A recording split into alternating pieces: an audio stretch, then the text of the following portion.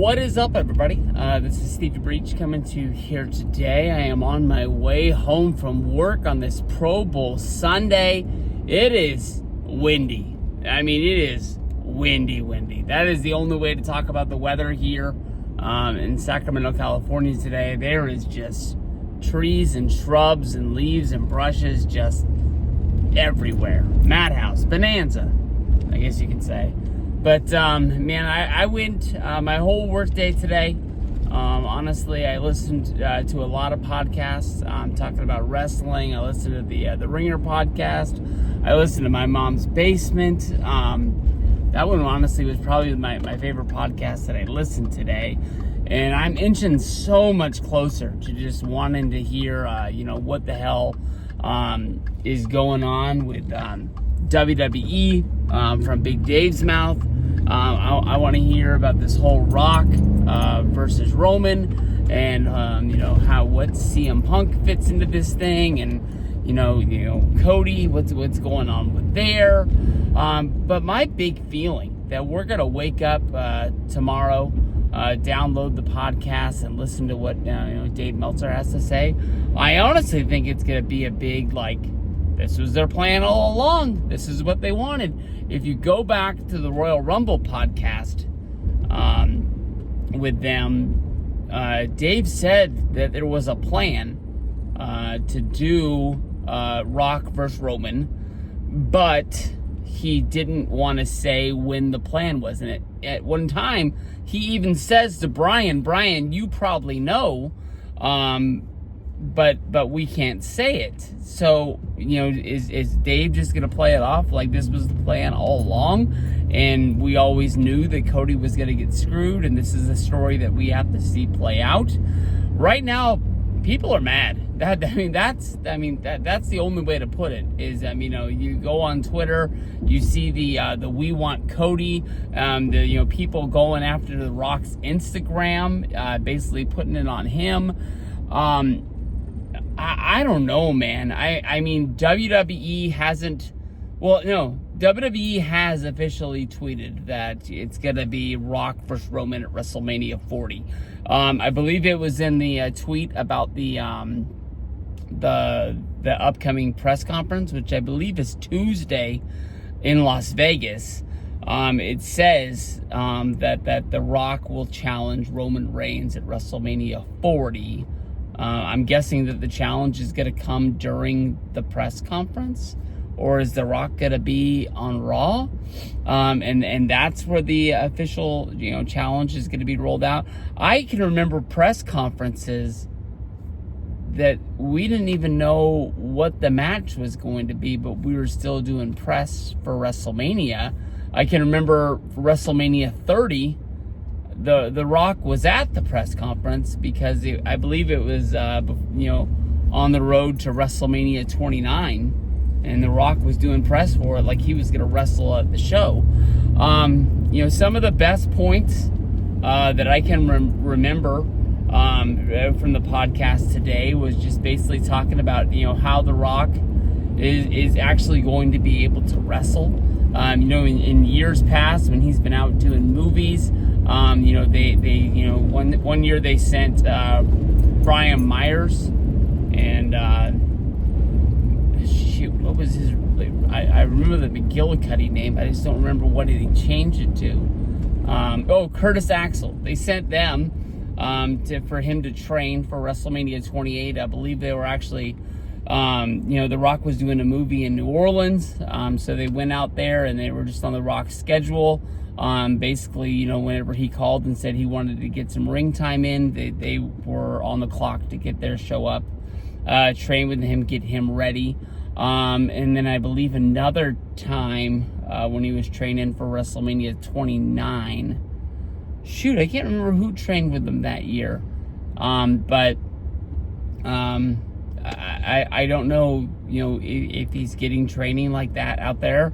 But if you remember back to WrestleMania 29, minutes into that match, he tore some stomach in his muscle, much like a hernia would be, and he actually got injured. He talked about it on the NBC special that they did for Rock vs. Cena. at WrestleMania 29. And he was scared that it was going to hurt the movie Hercules, because he had to go shoot that immediately after filming the movie.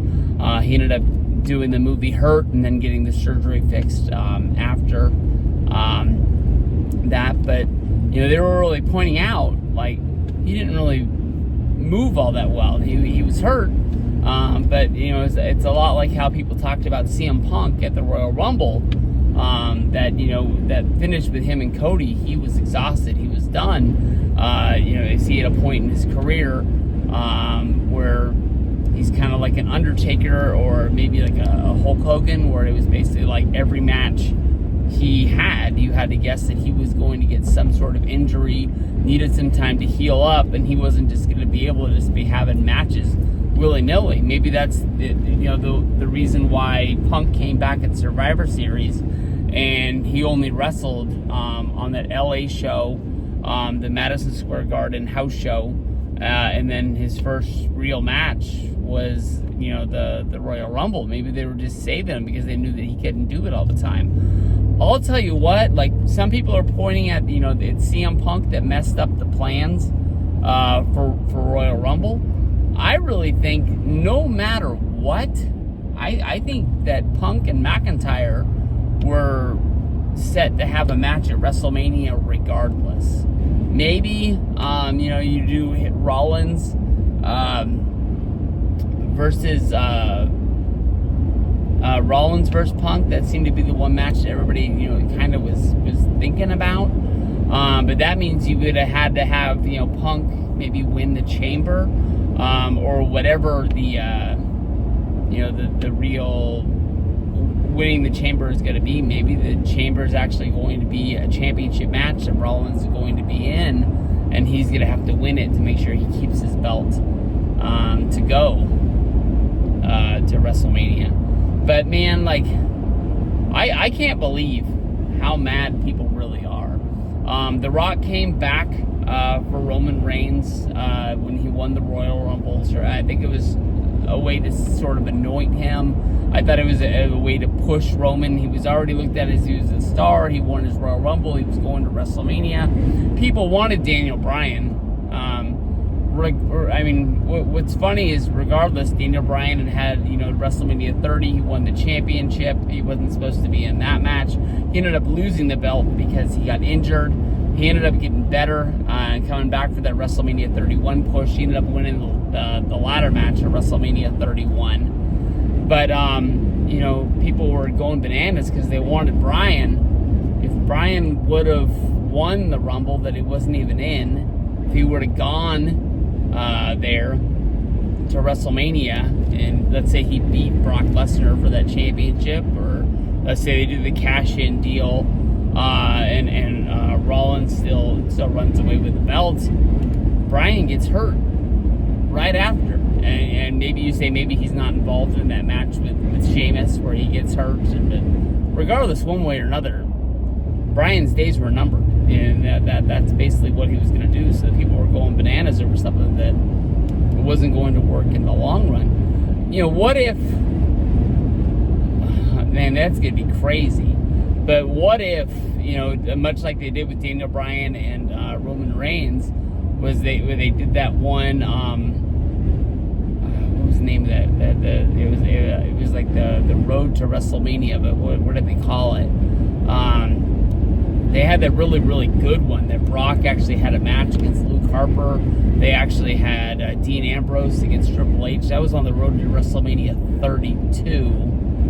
I can't remember what they used to call that pay-per-view. But what if they actually did where, like, Cody had to put over... Well, The Rock's not wrestling WrestleMania, so that doesn't make sense. But, what if they actually had, Cody put him over in order to put him there? Like, what if that, like, they kind of overreact that people are booing right now, and then, they're not liking The Rock? We all know that when this happened at the Royal Rumble and they all booed The Rock, like, The Rock didn't like that. He kind of, like, you saw that eyebrow go up, and you saw an eye look around at that Pittsburgh crowd. He didn't understand what was going on. People love me. But, The Rock's at a point in his career. I'm not saying that's the reason why he came back, but I can't remember the last Rock movie that came out that I was really pumped about. I thought it was cool that he came back in Fast 10, but he's only in that movie for about a minute and a half. And, the backstage politics that you read about, him coming back kind of makes you wonder about what's going on with that franchise in the first place. And we'll deal with that separate than wrestling crap. But I don't know, man. Like, I can tell you this much, because for everybody that's complaining, I guarantee you go and you look at more than half of these people have been like, yeah, let's have Rock versus Roman at a WrestleMania. That's the match that we want to see. Now that we're getting it, we're like, whoa, that's not what we want. That's the part that I don't understand right now, and I don't get it. I was on board with Cody, finishing the story at WrestleMania. I got to meet him. I ran into him at Disneyland last year, and for the moment that I was with him, for him to take a picture with me, I told him, how much he meant to me, that he was like one of the few guys that I watch wrestling for still to this day. It just doesn't keep my attention the same way, but I still follow certain guys. I thought it didn't make sense to me. I told him honestly that I hadn't watched WrestleMania because I was on vacation with my family. But it didn't make sense. But I said maybe when I get home and I actually watch the show, it'll make sense to me. And he kind of winked at me. But I don't know, man. Like, I thought it didn't make sense that he didn't win at the last one. Maybe they build him up, they make him bigger.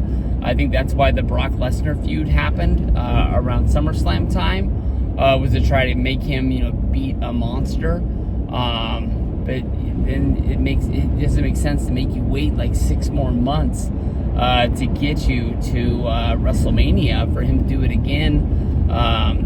Having him win the Rumble for the second time, that was pretty fucking cool. But other than The Rock just coming out and saying he's sorry, I think they're too far into this, and I don't think they can get out of it. I'll tell you this much, like, The Rock really stepped in some mud right off the bat. For the people that think that he's coming for, Triple H's job and he wants to do, the day-to-day kind of,